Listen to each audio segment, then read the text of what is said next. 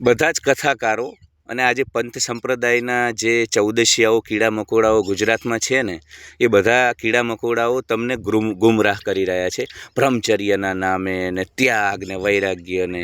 અરે ભાઈ, જે દેશમાં કામસૂત્ર લખાયું, જે દેશમાં ભર્તૃહરિએ શૃંગાર શતક લખાયું, જે દેશના ઉપનિષદોમાં ભયંકર કામને લઈ અને વર્ણનો છે, શૃંગાર રસના વર્ણનો છે, ત્યાં તમે લોકોને ગુમરાહ કરી રહ્યા છો.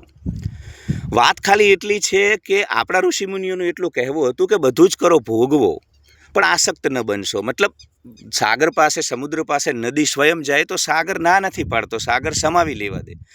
સાગર ખુદ નદીઓ પાછળ ગાંડો નથી થતો, એટલે સાગર શાંત રહે. એમ આપણે બધા જ ભોગ ભોગવવાના છે, કશું ખોટું નથી.